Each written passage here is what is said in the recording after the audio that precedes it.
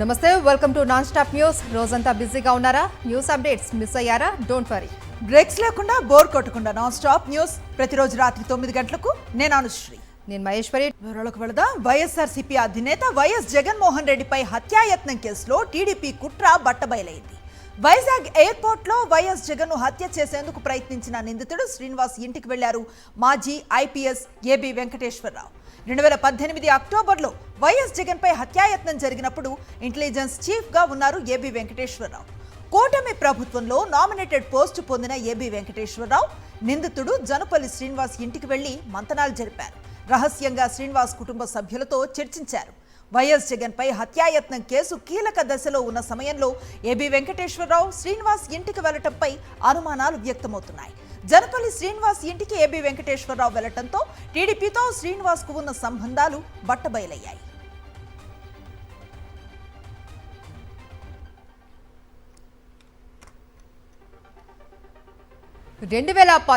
October 25న Vizag ఎయిర్పోర్ట్లో YS జగన్పై హత్యాయత్నం జరిగింది. అత్యంత ఎక్కువ భద్రత ఉండే ఎయిర్పోర్ట్లో దాడి జరగడం అతిపెద్ద సెక్యూరిటీ బ్రీచ్. అయితే దాడి జరిగిన కొద్ది క్షణాలకే అప్పటి డీజీపీ ఆర్పి ఠాకూర్ దాడికి పాల్పడిన నిందితుడు వైఎస్ జగన్ అభిమాని అని ప్రకటించారు. పైగా ఎయిర్పోర్ట్లో జరిగిన ఘటనకు తమకేం సంబంధమని ఆర్పి ఠాకూర్ చెప్పేశారు. ఆ మొత్తం వ్యవహారంలో పోలీసుల పాత్రపైన ముందు నుంచి అనుమానాలు ఉన్నాయి. వైఎస్ జగన్ పై విశాఖ ఎయిర్పోర్ట్లో హత్యాయత్నం జరిగిన నేపథ్యంలో అప్పటి ఏపీ డీజీపీ ఆర్పి ఠాకూర్ ఏమన్నారో ఇప్పుడు చూద్దాం. ఇంటర్మీడియట్ డ్రాప్ అవుట్ ఉన్నారు. ఈయన ప్రిలిమినరీగా చెప్తే he is claiming to be Jagan fan. Inside the airport security is purely responsibility of the CISF. మనకి ఎయిర్పోర్ట్ లోపల మనకి ఏం పని లేదు సెక్యూరిటీ కోసం సిఐఎస్ఎఫ్ వాళ్ళకి. వైఎస్ జగన్ పై హత్యాయత్నం జరిగిన సమయంలో అప్పుడు ఇంటెలిజెన్స్ చీఫ్ గా పనిచేసిన ఏబీ వెంకటేశ్వరరావు వైఎస్ జగన్ పై దాడి చేసిన నిందితుడిని కలవటంపై తీవ్రమైన అనుమానాలు వ్యక్తమవుతున్నాయి. అమరావతి కోసం మరో భారీ భూ సమీకరణకు సిద్ధమైంది కూటమి ప్రభుత్వం. 44,676 ఎకరాలు సమీకరించనుంది సిఆర్డీఏ. 3 పంటలు పండే భూముల్ని మళ్లీ సమీకరించనుంది ప్రభుత్వం. ఇప్పటికే 54,000 ఎకరాలు సమీకరించిన ప్రభుత్వం 54,000 ఎకరాలలో ఒక్క శాశ్వత భవనం కూడా నిర్మించలేదు. ఆ భూములు ఉంటుండగానే మళ్లీ భూముల సమీకరణకు సిద్ధమైంది. తుళ్లూరు, అమరావతి, తాడికొండ, మంగళగిరి మండలాలలో కొత్తగా భూ సమీకరణ చేపట్టనుంది. 11 గ్రామాలలో 44,676 ఎకరాలు సమీకరించనుంది కూటమి ప్రభుత్వం. కోటవరట్ల బాణసంచా ప్రమాదంపై వైఎస్ఆర్సీపీ అధినేత వైఎస్ జగన్మోహన్ రెడ్డి దిగ్భ్రాంతి వ్యక్తం చేశారు. పేలుడులో 8 మంది మృతిపై తీవ్ర విచారం వ్యక్తం చేశారు. మృతుల కుటుంబాలకు ప్రగాఢ సానుభూతి తెలిపారు. బాధితుల్ని ఆదుకోవాలి అని ప్రభుత్వానికి విజ్ఞప్తి చేశారు జగన్. గాయపడిన వారికి మెరుగైన వైద్యం అందించాలి అని సూచించారు. గాయపడ్డ వారి కుటుంబాలను తోడుగా నిలవాలి అని వైఎస్ఆర్సీపీ శ్రేణులను వైఎస్ జగన్ ఆదేశించారు.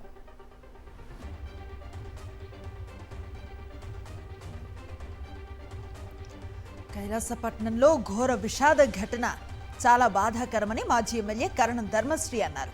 మృతుల కుటుంబాలకు ఎక్స్గ్రేషియా 15 లక్షలు సరిపోదని ప్రభుత్వం ఇంకా పెంచి ఇవ్వాలని డిమాండ్ చేశారు. ప్రభుత్వం వైద్యం అందిస్తే తప్ప ఏమి ఇవ్వమని అనడం అనేది చాలా నేరం, చాలా ఘోరం. ఎందుకంటే వాళ్ళు ప్రకటించినటువంటిది ఎంత 15 లక్షలు. 15 లక్షలతో ప్రాణాలు తిరిగి రావు, కానీ తిరిగి వస్తాయి. ఎంత కోటి రూపాయలు ఇచ్చినా తిరిగి రావు. కానీ ఆ కుటుంబాన్ని ఆదుకునే పరిస్థితి మాత్రం 15 లక్షలు సరిపోదు. ఎక్స్గ్రేషియా 25 లక్షలు మినిమం ఇచ్చి, అలాగే క్షతగాతులకు ఒక్కొక్క కుటుంబానికి 10 లక్షల రూపాయలు ప్రకటిస్తే వాళ్ళు కోస్త ఉపశమనం కలుగుతుంది. లేదంటే వాళ్ళు బయటికి వెళ్ళి మళ్ళీ కూలి పనికి వెళ్ళే పరిస్థితి కూడా లేనటువంటి పరిస్థితి ఉంది. కాబట్టి తక్షణమే ప్రభుత్వం ఈ విషయంపై మంచి మానవతా దృక్పథంతో స్పందించాలని వైఎస్ఆర్ కాంగ్రెస్ పార్టీ తరపు నుంచి మీ ద్వారా కోరుకుంటడం జరుగుతుంది. ఇలాంటి విషాదం జరిగినప్పుడు నేను ఒకటే కోరుకుంటున్నాను, ప్రభుత్వాన్ని ఇమ్మీడియట్గా వాళ్ళ యొక్క ఎవరైతే ప్రాణం పోయిన వాళ్ళకి ₹1 నేను డిమాండ్ చేస్తున్నాను. గాయాలు తగిలిన వాళ్ళకి 50 లక్షలు. ఇది చాలా చాలా విషాదమైనటువంటి పరిస్థితి. కాబట్టి ప్రభుత్వం కబుర్లు చెప్పడం కాదు. ప్రజలు ఆపదలో ఉన్నప్పుడు వారిని ఆదుకోవాల్సిన బాధ్యత ప్రభుత్వం మీద ఉంది. కాబట్టి నేను ఇమ్మీడియట్గా రిలీఫ్ కోసం ఇంతవరకు ఎవరు కూడా రాలేదు, ఇంతవరకు ఏ రకమైనటువంటి చర్యలు కూడా తీసుకోలేదు. కాబట్టి నేను చెప్తున్నాను, గౌరవ ముఖ్యమంత్రి చంద్రబాబు నాయుడు గారు మాటల మనిషి కాదు అనిపించుకుంటే ఇప్పుడు ఇమ్మీడియట్గా ఈ ప్రజలకి ఏ సహాయం చేస్తారో వాళ్ళు ముందు ఇమ్మీడియట్గా రిలీజ్ చేయమనండి. రేపటి నుంచి ధరణి పోర్టల్ ఉండదు అని మంత్రి పొంగులేటి శ్రీనివాసరెడ్డి అన్నారు. భూభారతి అందుబాటులో ఉంటుందని తెలిపారు. ఎల్లుండి నుంచి యథావిధిగా భూభారతిలో రిజిస్ట్రేషన్లు జరుగుతాయని వెల్లడించారు. 3 జిల్లాల్లోని 3 మండలాలలో పైలట్ ప్రాజెక్టుగా చేపట్టాము అని జూన్ 2 లోపు పూర్తి స్థాయిలో అందుబాటులోకి వస్తుంది అన్నారు. ధరణి పేరుతో జరిగిన అక్రమాలను ప్రజల ముందు పెడతాము అన్నారు పొంగులేటి.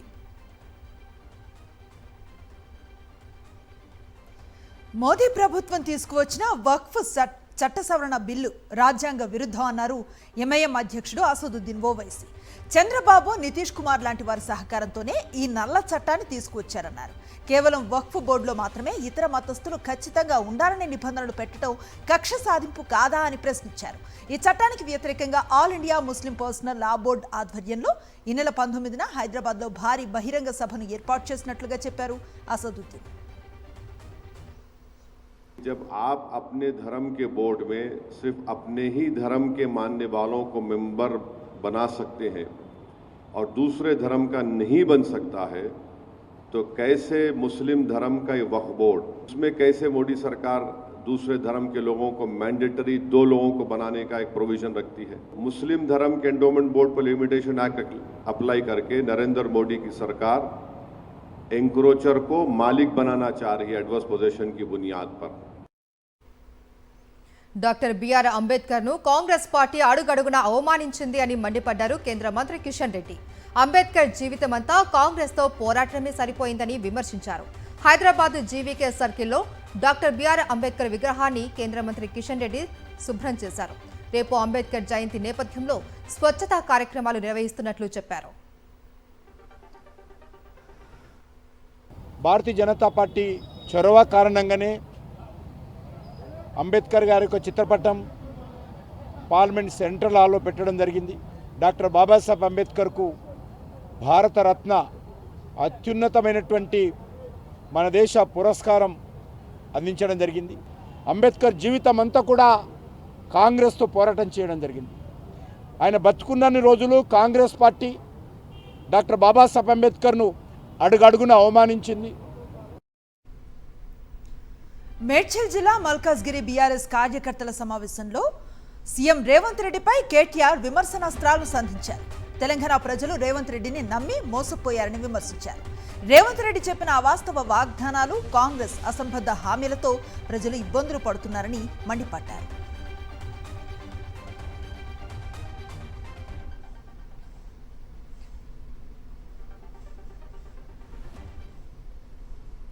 కేసీఆర్ గారు ₹1,00,000 ఇస్తే నేను దాని మీదకి వెళ్ళి తులం బంగారం ఇస్తా అని, కేసీఆర్ 10,000 ఇస్తే నేను 15,000 ఇస్తానని, కేసీఆర్ 2,000 పెన్షన్ ఇస్తే నేను 4,000 పెన్షన్ ఇస్తానని ఏదైతే మాయ మాటలు చెప్పినారో ఆ మాయ మాటలకు ఇవాళ మోసం జరిగి ఇవాళ రాష్ట్రం మొత్తంలో అందరూ బాధపడతా ఉన్నారు.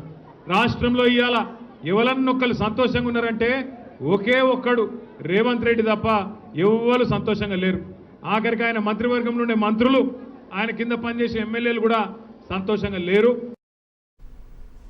కాంగ్రెస్ సీనియర్ నేత జానారెడ్డిపై ఆ party MLA Komatireddy Rajagopal Reddy hot comments చేశారు. జానారెడ్డి ధృతరాష్ట్రుడు పాత్ర పోషిస్తూ ఉన్నారని ఆరోపించారు. తనకు మంత్రి పదవి రాకుండా జానారెడ్డి అడ్డుకుంటూ ఉన్నారని మండిపడ్డారు. అన్నదమ్ములకు మంత్రి పదవి ఇస్తే తప్పేంటి అన్నారు. మంత్రి పదవి అడుక్కుంటే వచ్చేది కాదు, కెపాసిటీ బట్టి వస్తుంది అన్నారు రాజగోపాల్ రెడ్డి. నా విషయంలో కొందరు నాయకులు ఇక చెప్తే బాగుండదు, దుర్మార్గంగా ధర్మరాజులాగా ఉండాల్సిన జానారెడ్డి గారు కూడా మహాభారతంలో ధృతరాష్ట్రం పాత్ర పోషిస్తాడు. నాకైతే బాధ అనిపిస్తుంది. నాలాంటి వ్యక్తికి ఏదన్నా వస్తుంది అంటే 10 మందికి పనికొచ్చే మనిషిని 1000 మందిని కాపాడే వ్యక్తిని నాలాంటి వ్యక్తికి అడ్డం తగులుతుందంటే ఇక నేనేం చెప్పాలో నాకు అర్థమైతలేదు. తిరుపతి టీటీడీ గోశాలలో గోవుల మృతిపై అఖిలపక్షం కమిటీ ఏర్పాటు చేయాలని డిమాండ్ చేశారు ఎంపీ గురుమూర్తి. గోశాలలో గోవులు మృతి చెందితే దీన్ని రాజకీయం పేరుతో తప్పించుకునే ప్రయత్నం చేస్తున్నారని మండిపడ్డారు. గోవుల సంరక్షణకు ఏం చర్యలు చేపడుతున్నారో చెప్పకుండా కాలయాపన చేస్తున్నారని ఆగ్రహాన్ని వ్యక్తం చేశారు. టీటీడీ యాజమాన్యం పూర్తిగా గాలి కుదిలేసింది అడ్మినిస్ట్రేషన్ని. కేవలం వాళ్ళకు సంబంధించినటువంటి వ్యక్తులకి దర్శనాలు చేసుకోవడంలోనే నిమగ్నమై కంప్లీట్గా తిరుమల తిరుపతి దేవస్థానం యొక్క పరిపాలనని వదిలేసింది, గాలి కుదిలేసింది. అందుకే సీరియస్ ఆఫ్ సెక్యూరిటీ ల్యాప్సెస్ కనిపిస్తూ ఉన్నాయి. సాక్షాత్తు ముఖ్యమంత్రి గారి సమక్షంలోనే జరిగినటువంటి పెద్ద వివాదం, వాదులాటను కూడా నువ్వంతంటే మాట్లాడుకునేదాన్ని కూడా పక్కదారి పట్టించారు. ఈవెన్ సాక్షాత్ ఆంధ్రజ్యోతిలో కూడా న్యూస్ వస్తాయి. కాబట్టి ఈ విషయాలన్నింటినీ కూడా వాళ్ళే పక్కదారి పట్టేస్తున్నారు. వైఎస్ఆర్ కాంగ్రెస్ పార్టీ ఉన్న సత్యాన్ని బయట చెప్పింది. 100కు పైగా గోవులు చనిపోవడం అనేది వాస్తవం. అది టీటీడీ అధికారులకు తెలుసు, అలాగే వాళ్ళకి ఇంకా చాలా విషయాలు లోతుగా తెలుసు. గుంటూరులో 11 మందిని సస్పెండ్ చేయడం చూస్తే ఆంధ్రప్రదేశ్ రాష్ట్ర వ్యాప్తంగా ఉన్న పోలీసులు గమనించాలి అన్నారు మాజీ మంత్రి పేర్ని నాని. నిలబడి దంచినా ఎగిరెగిరి దంచినా చంద్రబాబు ప్రభుత్వంలో అధికారులను వాడుకొని వదిలేయడం సర్వసాధారణమని విమర్శించారు. చంద్రబాబు ఎవరినైనా ఎరవేస్తాడు అని, ఎవరినైనా బలి చేస్తాడు అని పోలీసులు గుర్తుంచుకోవాలి అని సూచించారు పేర్ని నాని. గుంటూరులో 11 మంది పోలీసుల్ని సస్పెండ్ చేయటం అనేది మనం చూస్తే రాష్ట్ర వ్యాప్తంగా ఉన్నటువంటి పోలీస్ కానిస్టేబుల్స్ కానీ, లేదా పోలీస్ ఉద్యోగస్తులు, సబ్ ఇన్స్పెక్టర్లు, లేదా ఇన్స్పెక్టర్లు, డిఎస్పీలు కానీ, ఇవాళ మీ అందరికీ ఒకసారి ఈ ఘటనను మీరు ఒకసారి చూడమని చెప్తున్నాను. ఇది పరిశీలించండి ఒకసారి.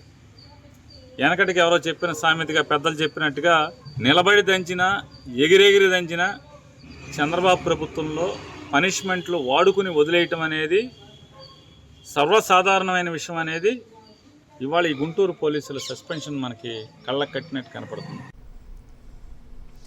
చంద్రబాబు అక్రమంగా ఆర్జించిన 100 కోట్ల రూపాయలతో ఇంద్రభవనాలు, ప్యాలెస్లు నిర్మించుకుంటున్నారని విమర్శించారు మాజీ ఎమ్మెల్యే టీజేఆర్ సుధాకర్ బాబు.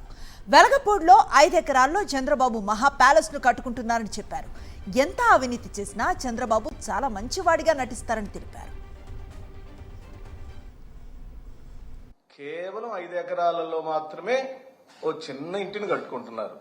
దాని విస్తీర్ణం 5 ఎకరాలు. జూబ్లీ హిల్స్ లో ఇంద్రభవనం కట్టుకున్న, కరకట్టపై అక్రమ కట్టడంలో 10 సంవత్సరాల పైగా నివసిస్తున్న, కొండాపూర్లో అత్యంత ఖరీదైన సంపన్నులు నివసించే ప్రాంతంలో ఫామ్ హౌస్ కట్టుకున్న, ఇప్పుడు వెలగపూడిలో కోట్లాది రూపాయలతో మహా ప్యాలెస్ కట్టుకుంటున్న ఆయన మాత్రం గురి కింద సామెతలాగా ఉంటాడు. తన నలుపు ఎవరికీ తెలియదు. రైతులను ఆదుకోవటంలో కూటమి ప్రభుత్వం పూర్తిగా విఫలమైందని ఆగ్రహం వ్యక్తం చేశారు వైఎస్ఆర్సీపీ రైతు విభాగం రాష్ట్ర వర్కింగ్ ప్రెసిడెంట్ వడ్డీ రఘురాం. గాలి వానతో నష్టపోయిన రైతులను కూటమి ప్రభుత్వం గాలికే వదిలేసింది అని ఆగ్రహం వ్యక్తం చేశారు. నష్టాలతో అల్లాడుతూ ఉన్న ఆక్వా రైతులను వైఎస్ జగన్మోహన్ రెడ్డి ప్రభుత్వం అండగా నిలిస్తే చంద్రబాబు మాత్రం ఆక్వా అన్నదాతలను పట్టించుకోవటం లేదు అన్నారు. మిర్చి రైతులు ఎన్నో కష్ట నష్టాలు పడతా ఉంటే ఇవాళ మిర్చి యార్డుకి వెళ్లి వైఎస్ జగన్మోహన్ రెడ్డి గారు అక్కడ మిర్చి రైతులతో మాట్లాడి ఇవాళ వాళ్ళకి న్యాయం చేయాలని వాళ్ళ ప్రభుత్వాన్ని వైఎస్ఆర్ కాంగ్రెస్ పార్టీ తరఫున డిమాండ్ చేయడం జరిగింది. కానీ కేంద్ర ప్రభుత్వానికి ఉత్తరం రాశామని చెప్పి ఇప్పటి వరకు ఆ ఉత్తర సారాంశం ఏంటో, ఇవాళ మిర్చి రైతులకు ఎటువంటి లబ్ధి జరిగిందో అనేది ఇవాళ మిర్చి రైతులు ఇవాళ అధోగతి పరిస్థితుల్లో ఇవాళ ఉండటం ఇవాళ రైతాంగం అంతా కూడా చూస్తా ఉన్నారు. ఖమ్మం జిల్లా రెడ్డిపల్లిలో వనజీవి రామయ్య పార్థివ దేహానికి మంత్రి పొంగులేటి శ్రీనివాసరెడ్డి నివాళులు అర్పించారు. వారి కుటుంబానికి ప్రగాఢ సానుభూతిని తెలిపారు. వనజీవి రామయ్య మృతి చాలా దురదృష్టకరమని విచారాన్ని వ్యక్తం చేశారు. వనజీవి రామయ్యకు చిరకాల కోరికలు ఉన్నాయని, వాటిని సాధ్యాసాధ్యాలు పరిశీలించి సీఎం రేవంత్ రెడ్డితో మాట్లాడి వాటిని నెరవేర్చేందుకు కృషి చేస్తారని మాటిచ్చారు మంత్రి పొంగులేటి శ్రీనివాసరెడ్డి. ఖమ్మంలో బీజేపీ నేత పొంగులేటి సుధాకర్ రెడ్డికి ప్రమాదం తప్పింది. అంబేద్కర్ జయంతిని పురస్కరించుకొని గావ్ చలో బస్తీ చలో కార్యక్రమంలో ప్రమాదం జరిగింది. అంబేద్కర్ విగ్రహం దగ్గర శుభ్రం చేసే క్రమంలో కాలు జారి కింద పడ్డారు. వెంటనే పక్కనే ఉన్న కార్యకర్తలు పొంగులేటిని పైకి లేపారు. ఎలాంటి గాయం కాకపోవడంతో కార్యకర్తలు ఊపిరి పీల్చుకున్నారు. హైదరాబాద్ పాత బస్తీ మెట్రో కారిడార్ కోసం వేగంగా స్థల సేకరణ పనులు జరుగుతున్నాయని ఆ సంస్థ ఎండీ ఎన్వీఎస్ రెడ్డి తెలిపారు. స్థలాలిచ్చేందుకు స్వచ్ఛందంగా భూ యజమానులు ముందుకొస్తున్నారని చెప్పారు. ఎంజీబీఎస్ నుంచి చాంద్రాయనగుట్ట వరకు మెట్రో ట్రైన్ విస్తరణ జరుగుతోందన్నారు. మొత్తం ఈ మార్గంలో 1100 ప్రభావిత ఆస్తులను గుర్తించినట్లుగా వెల్లడించారు. ఇప్పటి వరకు 205 ప్రభావిత ఆస్తులకు 212 కోట్ల రూపాయల చెక్కులు పంపిణీ చేసినట్లుగా మెట్రో ఎండీ ఎన్వీఎస్ రెడ్డి చెప్పారు. కూటమి ప్రభుత్వంలో బీజేపీ నాయకులకు కార్యకర్తలకు జిల్లాతో పాటుగా నియోజకవర్గంలో సరైన గౌరవం దక్కటం లేదు అని ఆవేదన వ్యక్తం చేశారు BJP MLA doctor Parthasarathi. Anantapuram జిల్లా తాడిపత్రిలో హనుమాన్ శోభాయాత్రలో పాల్గొన్న ఆయన తాడిపత్రిలో బీజేపీ నేతల పట్ల తాడిపత్రి టీడీపీ ఎమ్మెల్యే జేసీ అస్మిత్ రెడ్డి, మున్సిపల్ చైర్మన్ జేసీ ప్రభాకర్ రెడ్డి తీరుపై మండిపడ్డారు. రాష్ట్రంలో కూటమి ప్రభుత్వం అధికారంలోకి రావడానికి టీడీపీ జనసేనతో పాటు బీజేపీ కార్యకర్తలు కూడా ఎంతో కష్టపడి పనిచేశారన్నారు. అన్నమయ్య జిల్లా తంబళ్లపల్లి నియోజకవర్గ టీడీపీలో వర్గపోరు పతాక స్థాయికి చేరుకుంది. మంత్రుల సమక్షంలోనే టీడీపీ నేతలు వాగ్వాదానికి దిగారు. శంకర్ యాదవ్, జయచంద్రారెడ్డి వర్గాల మధ్య ఘర్షణ జరిగింది. మంత్రులు జనార్దన్ రెడ్డి, రాంప్రసాద్ రెడ్డి సమక్షంలోనే 2 వర్గాల నేతలు గొడవపడ్డారు. పాస్టర్ ప్రవీణ్ మృతిపై అనుమానాలకు సమాధానం చెప్పే విధంగా పోలీసులు ప్రెస్ మీట్ లేదు అని లిబరల్ కాంగ్రెస్ పార్టీ అధ్యక్షుడు విజయ్ కుమార్ విమర్శించారు. పాస్టర్ ప్రవీణ్ మృతిపై ఇంకా చాలా అనుమానాలు ఉన్నాయన్నారు. ప్రతి అంశాన్ని లింక్ చేయవలసిన అవసరం ఉందని చెప్పారు. క్లారిటీ లేకుండా విచారణ పూర్తి చేయడానికి వీల్లేదు అన్నారు విజయ్ కుమార్. సెల్ఫ్ యాక్సిడెంట్ చేసుకుని చనిపోయినప్పుడు డ్రంక్ అండ్ డ్రైవ్ అన్నప్పుడు సైకలాజికల్ అనాలిసిస్ అనేటువంటిది కూడా మనం చేయాల్సిన అవసరం ఉంది. అసలు ఈ ప్రవీణ్ కుమార్ పగడాల అనేటువంటి వ్యక్తికి డ్రింకింగ్ హ్యాబిట్ ఉందా? ఉంటే ఎలా తాగుతారు? అంటే అప్పుడప్పుడు తాగుతారా? రెగ్యులర్గా తాగుతారా? ఒకవేళ అలా రెగ్యులర్గా తాగే వ్యక్తి అయితే మరి గతంలో ఏ విధంగా ఈ లిక్కర్ కొనుక్కునేవాళ్ళు? రకరకాల బ్రాండ్స్ కొన్నారని మీరు చెప్పారు. ఏ బ్రాండ్స్ కొనేవాడైనా?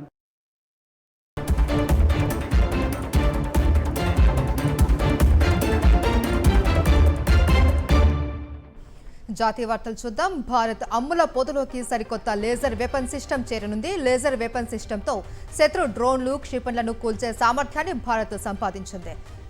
కర్నూలులో తొలిసారిగా 30 kW laser based weapon system ని డిఆర్డీఓ విజయవంతంగా పరీక్షించింది. అమెరికా, చైనా, రష్యా వద్ద ఈ టెక్నాలజీ ఇప్పటి వరకు మాత్రమే ఉండగా ఈ ఘనత సాధించిన 4వ దేశంగా భారత్ నిలిచింది. ఇది కేవలం ఆరంభం మాత్రమే అని డిఆర్డీఓ చైర్మన్ డాక్టర్ సమీర్ వి కామత్ అన్నారు. ఈ విషయంలో డిఆర్డీఓ అనేక ల్యాబొరేటరీలు, ఇండస్ట్రీ అండ్ అకాడమిక్ ఇన్స్టిట్యూషన్స్ తో కలిసి పనిచేసినట్లు తెలిపారు. త్వరలోనే తాము గమ్యస్థానాన్ని చేరుకుంటాము అని ధీమా వ్యక్తం చేశారు. That is the future which we are working on. It will take some more time. We have to work on a few more technologies.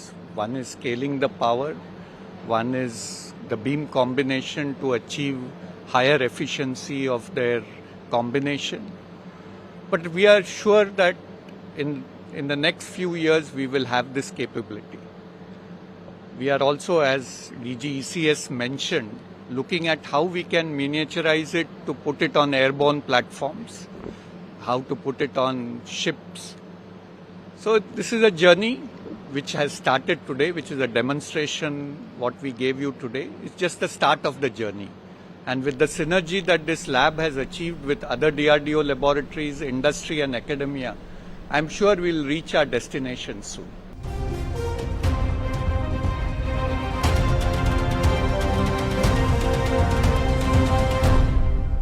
అంతర్జాతీయ వార్తలు చూద్దాం. చైనాతో ఫేస్బుక్, మెటా సంస్థల అధిపతి మార్క్ జుకర్బర్గ్ వాణిజ్య కార్యకలాపాల ఆరోపణలు సంచలనం సృష్టిస్తున్నాయి.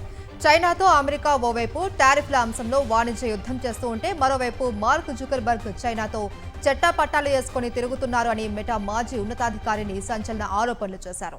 అమెరికా జాతీయ భద్రతను పణంగా పెడుతూ మెటా వినియోగదారుల డేటాను చైనా చేతుల్లో పెట్టేందుకు జుకర్బర్గ్ తెగించారు అని మాజీ మెటా అంతర్జాతీయ విధానాల మహిళా డైరెక్టర్ సారా విన్ విలియమ్స్ ఆరోపించారు. చైనాలో $18 బిలియన్ వ్యాపార సామ్రాజ్యాన్ని నిర్మించాలి అని జుకర్బర్గ్ లక్ష్యంగా పెట్టుకున్నారు అని తెలిపారు. అమెరికా యూజర్ల డేటాపైన సమీక్ష అధికారం చైనాకు ఇవ్వనుంది అని మరో సంచలన ఆరోపణలు చేశారు. బంగ్లాదేశ్ మాజీ ప్రధానమంత్రి షేక్ హసీనాపై అక్కడి న్యాయస్థానం మరోసారి అరెస్ట్ వారెంట్ జారీ చేసింది. అధికారాన్ని దుర్వినియోగం చేసి అక్రమంగా భూమిని స్వాధీనం చేసుకుంటున్నారంటూ హసీనాతో పాటు ఆమె సోదరి రెహానా మరికొందరిపై ఆరోపణలు వచ్చాయి. ఈ నేపథ్యంలోనే ఇవాళ అరెస్ట్ వారెంట్ జారీ అయింది. హసీనాతో పాటు ఆమె సోదరి బ్రిటిష్ ఎంపీ తులిప్ రిజ్వానా సిద్దిక్ మరో 50 మంది అధికార దుర్వినియోగానికి పాల్పడ్డారంటూ అవినీతి నిరోధక కమిషన్ ఆరోపిస్తూ బంగ్లాదేశ్ కోర్టులో పిటిషన్ ఛార్జ్ షీట్లు వేసింది. వీటిని పరిశీలించిన న్యాయస్థానం అరెస్ట్ వారెంట్ జారీ చేసినట్లుగా మీడియా కథనాలు తెలిపాయి. తదుపరి విచారణను కోర్టు ఏప్రిల్ 27కు వాయిదా వేసింది. ఇదిలా ఉండగా అక్రమంగా నివాస స్థలాన్ని స్వాధీనం చేసుకున్నారని ఆరోపిస్తూ షేక్ హసీనా, ఆమె కుమార్తె సైమా వాజెద్ ఫుతులా మరో 17 మందిపై బంగ్లాదేశ్ కోర్టు ఇటీవల అరెస్ట్ వారెంట్ను జారీ చేసింది. తజికిస్తాన్లో భూకంపం సంభవించింది. రిక్టర్ స్కేల్పై దీని తీవ్రత 6.4గా నమోదైంది. ఉదయం 9:54 భూకంపం సంభవించింది. భూకంప కేంద్రాన్ని 10 కిలోమీటర్ల లోతులో ఉన్నట్లు గుర్తించారు. మరోవైపు మయన్మార్లోనూ మరోసారి భూకంపం సంభవించింది. ఇక్కడి మిక్తిలియా ప్రాంతంలో 5.5 తీవ్రతతో భూప్రకంపనలు వచ్చాయి.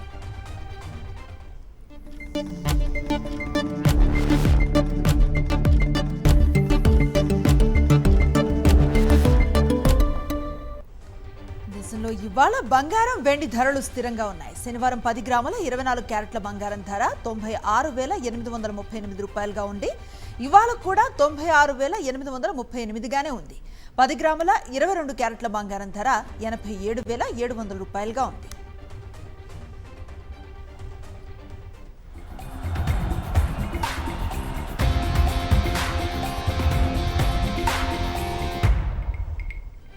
రాయల్ ఛాలెంజర్స్ బెంగళూరు మళ్లీ గెలుపు ట్రాక్ ఎక్కింది. ఇవాళ రాజస్థాన్ రాయల్స్ తో జరిగిన మ్యాచ్లో ఆర్సీబీ 9 వికెట్ల తేడాతో నెగ్గింది. రాజస్థాన్ నిర్దేశించిన 174 పరుగుల లక్ష్యాన్ని ఆర్సీబీ 17.3 ఓవర్లలో 1 వికెట్ కోల్పోయి ఛేదించింది. ఫిల్ సాల్ట్ 65, విరాట్ కోహ్లీ 62 పరుగులు చేసి ఆదురుకొట్టారు. పడిక్కల్ 40 పరుగులతో రాణించారు. ఇక రాజస్థాన్ బౌలర్లలో కుమార్ కార్తికేయకు 1 వికెట్ దక్కింది. చేజింగ్ లో ఆర్సీబీకి మంచి ఆరంభం లభించింది. ఓపెనర్ ఫిల్ సాల్ట్ ఆకాశమే హద్దుగా చెలరేగిపోయాడు. ఎడాపెడా బౌండరీలతో రెచ్చిపోయాడు. దీంతో ఆర్సీబీ పవర్ ప్లే ముగిసేసరికి 65 పరుగులతో నిలిచింది. ఈ క్రమంలోనే సాల్ట్ హాఫ్ సెంచరీ పూర్తి చేసుకున్నాడు. అయితే 8.4వ ఓవర్ వద్ద సాల్ట్ భారీ షాట్కు ప్రయత్నించి క్యాచ్అవుట్ అయి పెవిలియన్ చేరాడు. ఆ తర్వాత వచ్చిన పడిక్కల్తో కలిసి విరాట్ స్కోర్ బోర్డును ముందుకు నడిపించారు. ఈ క్రమంలోనే విరాట్ హాఫ్ సెంచరీ పూర్తి చేశాడు. ఇక రాజస్థాన్కు మరో ఛాన్స్ ఇవ్వకుండా ఈ ఇద్దరే మ్యాచ్ను ముగించేశారు. ఐపీఎల్ 2025లో భాగంగా రాజస్థాన్ రాయల్స్తో జరిగిన మ్యాచ్లో ఆర్సీబీ స్టార్ ఆటగాడు విరాట్ కోహ్లీ చరిత్రను సృష్టించాడు. ఈ మ్యాచ్లో 39 బంతుల్లో హాఫ్ సెంచరీ పూర్తి చేసిన విరాట్ టీ20లో 100 హాఫ్ సెంచరీలు పూర్తి చేసిన తొలి భారత ఆటగాడిగా రికార్డులోకి ఎక్కాడు. డేవిడ్ వార్నర్ మాత్రమే విరాట్ కంటే ముందు టీ20లో 100 హాఫ్ సెంచరీలు పూర్తి చేసుకున్నాడు. వార్నర్ 400 టీ20 మ్యాచ్ల్లో 108 హాఫ్ సెంచరీలు చేయగా విరాట్ తన 388వ టీ20 ఇన్నింగ్స్లో ఈ ఘనతను సాధించాడు. టీ20లో విరాట్ 388 ఇన్నింగ్స్లు ఆడి 9 సెంచరీలు, 100 హాఫ్ సెంచరీలతో మొత్తం 13,100 పైచిలుకు పరుగులు చేశాడు.